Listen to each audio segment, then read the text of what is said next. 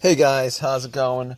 All right, I just want to give you guys a little story about what happened to my car a couple days ago. So basically, what happened was the car was driving fine all day without any kind of issue, uh, and I went to Walmart, parked it there, went, got something, came back, and out of nowhere, it wouldn't crank. So no crank, no start issue that I had. So basically, everything on the dash worked fine.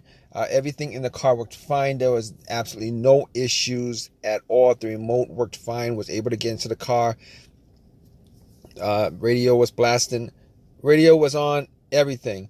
All right. So basically, I was thinking to myself, probably the battery was the issue.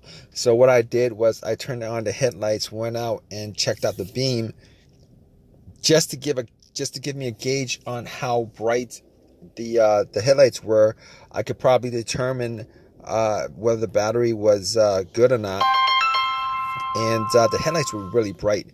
So right off the bat, I was thinking if they were that bright, I should at least get like a really slow crank if the battery was kind of low. Regardless, I had to check out where the battery was. I went and checked out where the battery was just to make sure that all the terminals were clean and they were tight. And I noticed that the terminals were a little bit corroded. There was some white bluish stuff on there. So what I did was I took out a bottle of Coke, poured it on the terminals, and was trying to clean it with some paper towels, and was able to clean it pretty good. Now, the terminals weren't super tight. I was able to wiggle it out, but they were snug in there, so I knew that it probably wasn't the terminal being loose that was causing the issue. And then after I cleaned it up, popped it back on, and tried to start the car, it did the same thing. It wouldn't crank, it wouldn't start, but everything else seemed to be working all right. So at that point, I was thinking to myself, all right, maybe it could be a weak ground wire. If you guys don't know what where the ground wire is, the main ground wire is pretty much the negative terminal, and most of the time it connects to the frame of your car. So I checked it just to make sure there was no corrosion, that it wasn't split or anything like that. There was no issues with it. So what I did after that was I had a battery pack that I bought a couple of months ago, because I had the same situation where I swapped out the battery. I was hoping that it was the battery, even though I swapped it out, considering I could actually just swap it out, at Walmart. So I actually put the battery pack on there. It was at 100%. Tried to start it, and still wouldn't start. So at that point, I knew it was probably not the battery. And even though, I didn't think it was the alternator, I could probably just at that point rule out the alternator, because if it was the alternator, the car would have at least cranked or slow cranked, or I would have been able to start it. And then once I took the battery pack off, it would just died out. So at that point, I was able to rule out a bunch of stuff. I was able to rule out the battery, the ground cable, and the alternator, even though that probably wouldn't have caused the issue. So after going through that, I was thinking to myself, could it be something, could it be the car's computer ECU? Because I did see a check engine light on my dash, and that check engine light was there. It's been there for a while, and I believe it was for a O2 sensor issue. Now, I did have an OBD2 that I bought from Walmart, and it was a $19 OBD2, one of the cheap ones, and I pretty much hooked it on to my OBD port, and trying to make sure that I was actually getting a connection between the car's computer and the car itself.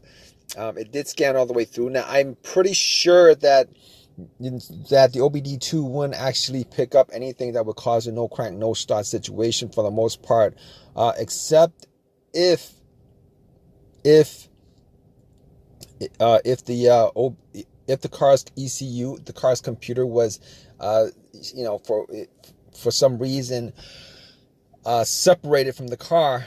For what reason, couldn't communicate with the car. But anyway, regardless, I actually plugged it in. It scanned all the way through. Only code that popped up was the aux02 sensor code, and at that point, I was pretty sure that it wasn't anything to do with the car's computer, any codes that would cause it, and I actually had to move on to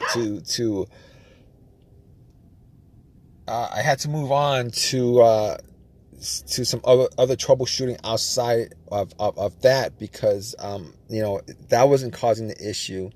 So basically, I got to a couple of things, which were the fuses and the relays, which were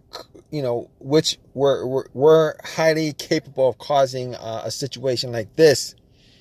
And got to the fuses, checked out all the fuses, just to make sure that none of them were blown. And I was actually looking at them. Now, I didn't have a fuse tester on me. I didn't think it was the fuses. Now, the two situations that I've had where fuse would cause a situation like that, one of those situations was a Honda that I had where the main fuse blew, and I was getting no power throughout the whole entire car. The main fuse was the fuse that connected the battery to the fuse box itself. And that was the previous situation that I have, and I'm pretty sure that wasn't the same situation that I had, so I could rule that out, because I was getting power to everything except it wouldn't start. Now, the other situation I had pertaining to a fuse that caused a no start situation was actually a crank no start situation, and I think one of the fuses actually blew. Then that fuse was connected to the ECU or the fuel pump. And I remember once I changed out that fuse, the car would crank, but it wouldn't stop. Once I changed out that fuse, it was able to start up. So I could rule out those two situations as being, related to a fuse issue that would cause this situation that I had. So basically, I could rule those things, the fuses out, and the fuses were pretty clean. I didn't smell any kind of burnt smell, and didn't see any kind of brownish, anything brownish, and a brownish appearance on top.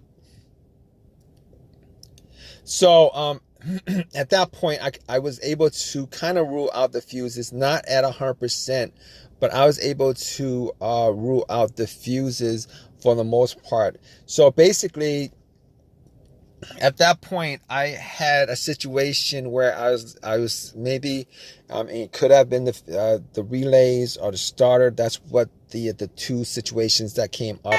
But I didn't think it was the starter, because I did switch out the starter about, I would say I switched out the starter about a year and a half ago, and that was, it seemed like it was a starter issue, but I didn't really want it to be a starter issue, considering I only put maybe like 20,000 miles on my car, and I think they should last a lot longer than that. But anyway, before I even went there, I looked at the relays, just to see whether they had issues or not. Now, I couldn't make out whether the relays had issues, but I did get to the starter relay. I pulled it out. It looked like it was a bit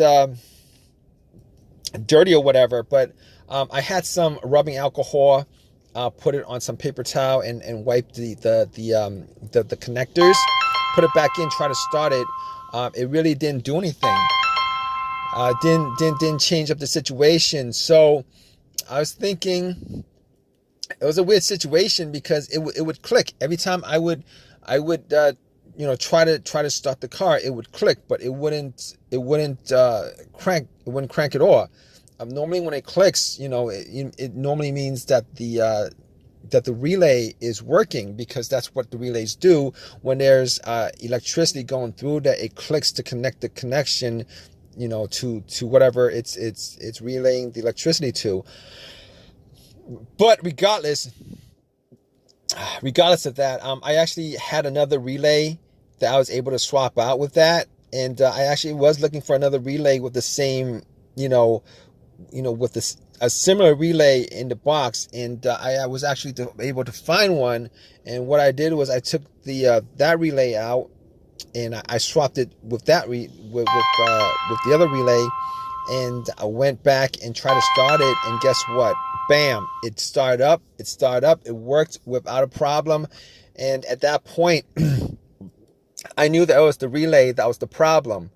All right. So it was a pretty easy fix. I drove to AutoZone, which was within that whole shopping center. Swapped out the relay, and that was like 3 days ago. Haven't had a situation since. I've been driving the car, turning it on, off, for 3 days. Haven't had that situation at all. So just want to give you guys, just gonna give you guys that story of a quick fix that I had of my car. If you guys are in the same situation, you guys watching this video, hopefully you guys have an easy of a fix as I had on my car. You guys have a comment, leave your comment in the comment section. Please give me a thumbs up. Please subscribe. Like I said, if you guys are in the same situation, just go through the steps that I went through as far as trying to figure out, the situation with my car. And, you guys should be good as far as troubleshooting and diagnosing your particular problem. Take care, guys.